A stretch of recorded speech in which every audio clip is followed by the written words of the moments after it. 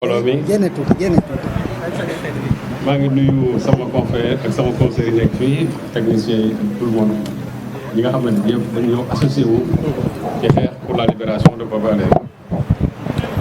man nag je vais parler vraiment avec le cœur meurtri parce que bu ma déggee sànq ñu ne Pape Alé def na 30 jours ci prison bi 31 jours je me dis que c'est trop.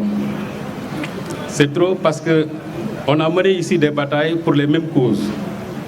Je me rappelle, en 2004, on a mené une bataille ici pour la libération de Madiambal Diagne. Et à l'époque, c'était les mêmes griefs portés sur Pape Alé qui étaient portés sur Madiambal Diagne. Il y avait eu une mobilisation intense de toutes les forces démocratiques de ce pays. La presse, la société civile, les partis d'opposition et même des partis au pouvoir. Et c'est là où je veux attirer un peu l'attention de mes consoeurs et de mes confrères dans la lutte pour la libération de Pape Alé. Je salue vraiment le travail qui a été fait jusqu'à présent par tous les acteurs de la presse. Mais je me suis dit aussi, il faut que nous passions, et tout à l'heure j'ai entendu Momar en parler, en disant que nous devons passer à un cran supérieur. J'ai dit, il est temps de le faire. Parce que 1 mois en prison, quand Madiambal Diagne était en prison, Madiambal a fait 17 jours en prison. Et si 21 jours en prison. Et si ce n'était pas la mobilisation de tous ces acteurs dont je viens de parler, Madiambal allait rester longtemps en prison. Et j'ai dit qu'aujourd'hui, il ne faut pas que nous ayons peur d'associer toutes les forces démocratiques dans ce combat. Que ce soit la société civile, que ce soit les partis d'opposition, que ce soit même des gens qui sont au pouvoir. Parce qu'à l'époque, je me rappelle, Bathily, qui était membre du gouvernement d'Abdoulaye Wade, avait bel et bien participé à la marche que nous avions organisée. C'est la raison pour laquelle je dis que ça, c'est un combat quand même transpartisan. Donc il faut y associer tous les gens qui veulent aujourd'hui voir Pape Alé être complètement élargi. Donc vraiment, on a eu le trop. Parce que Pape Alé, c'est un jeune frère, c'est quelqu'un que je connais. Et je sais que les combats qu'il mène, il les mène parce qu'il aime tout simplement ce pays. Li metti nag mooy dëkk bi da ngay xeex pour li nga xam ne moo koy jëmale kanam. Mais chaque fois dañ lay tegal ay crottes en jambe et nit ñi dañuy dem en certain moment dañuy jaawale. Parce que quand tu combats des causes justes pour des causes justes, les gens pensent que tout simplement parce que tu es contre le pouvoir ou bien tu es avec une partie de l'opposition alors que tel n'est pas du tout le cas. Les gens, ils ont bel et bien d'adhérer à des partis politiques. L'essentiel, que ça n'affecte pas le travail qu'ils sont en train de faire. Or, aujourd'hui, personne ne peut dire que Pape Alé, le travail qu'il fait est affecté par des causes politiques. Et là aussi, vraiment, je voudrais attirer l'attention de certains confrères. Parce que quand nous sommes dans un combat, on y est ou bien on n'y est pas. Mais ce que je ne comprends pas, c'est-à-dire, et ça je l'ai déploré depuis le départ, et vraiment, parce que moi aussi je ne mâche pas mes mots. L'hypocrisie de certains de nos confrères qui consiste tout simplement à vouloir faire oui mais. Il n'y a pas de oui mais. Ou soit on est dans le oui ou bien on est dans le non. Mais on ne peut pas du tout combattre pour la cause de Pape Alé, mais en voulant dire en même temps oui c'est parce qu'il en a fait trop, encore une fois de plus. Non. On partage ce combat ou bien on ne le partage pas. Ceux qui partagent ce combat-là, ils n'ont qu'à y aller vraiment à visage découvert. Ceux qui ne le partagent pas aussi, je crois qu'il faut qu'ils désertent nos rangs tout simplement. Et qu'on puisse identifier tous les gens qui veulent mener ce combat en toute sincérité.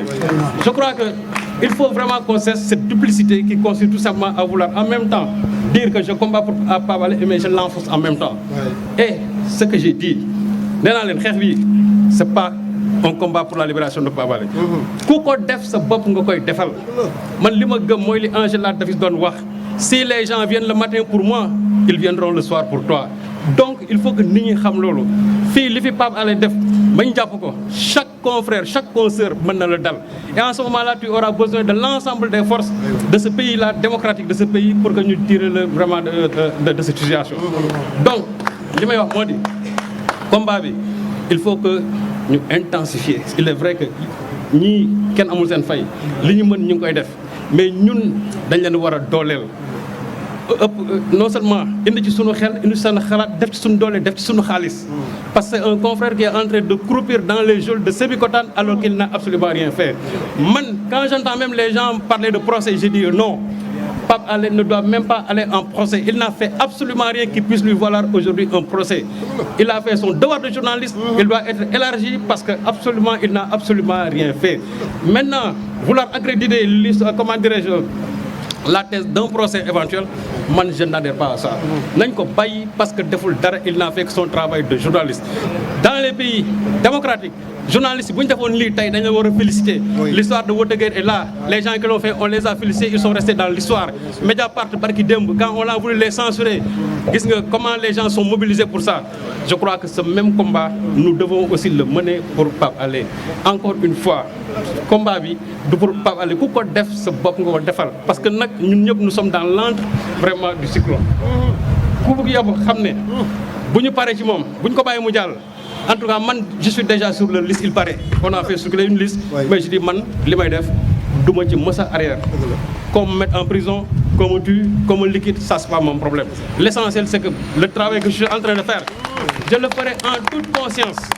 mën naa juum ci sama liggéey ok mën naa ci juum mais li watoon ne mooy li may def dama koy def sama aqulaay taala te seetuma ci leneen lu dul sama mbëggeel pour ce pays là. et je sais que ñi fi nekk yëpp ils ont le même amour pour ce pays là. et je crois que presse Sénégal dañu sonn d'abord les gens travaillent dans de très mauvaises conditions les régimes qui passent ici n'ont rien fait pour la presse sénégalaise donc je crois qu'il y a des combats que nous devons mener de façon vraiment intense. vraiment su ma wax bi mi nga bëgg a gudd naa ko yemale fii pour wax encore une fois nañ leen gën a takkuwaat xoolaat encore suñu yeneen méthodes yu ñu war a mën a jël pour contraindre parce que gis nga affaire bi gis nga buñ ci xeexul Pape Alé du génn suñu xeexul réellement c'est vrai que ñi ngi xeex mais il faut qu'on intensifie la lutte. il est temps de passer à un cran supérieur buñ ko deful Pape Alé risque de rester longtemps en prison et en ce moment-là ñun dinañ ci am une part de responsabilité fa mu nekk du ñi ko jàpp ñoo koy génne de duñ ko génne seen coobare bopp de bés bu ñu koy génne c'est parce que ils sont dans la contrainte pour génne ko contrainte boobu nag ñun rek ñoo ko mën def pour les contraindre aujourd'hui à aller élargir Pape Alé loolu laa amoon vraiment ci lu may wax maa ngi leen di gërëm leen sant j'ai été un peu prolixe merci beaucoup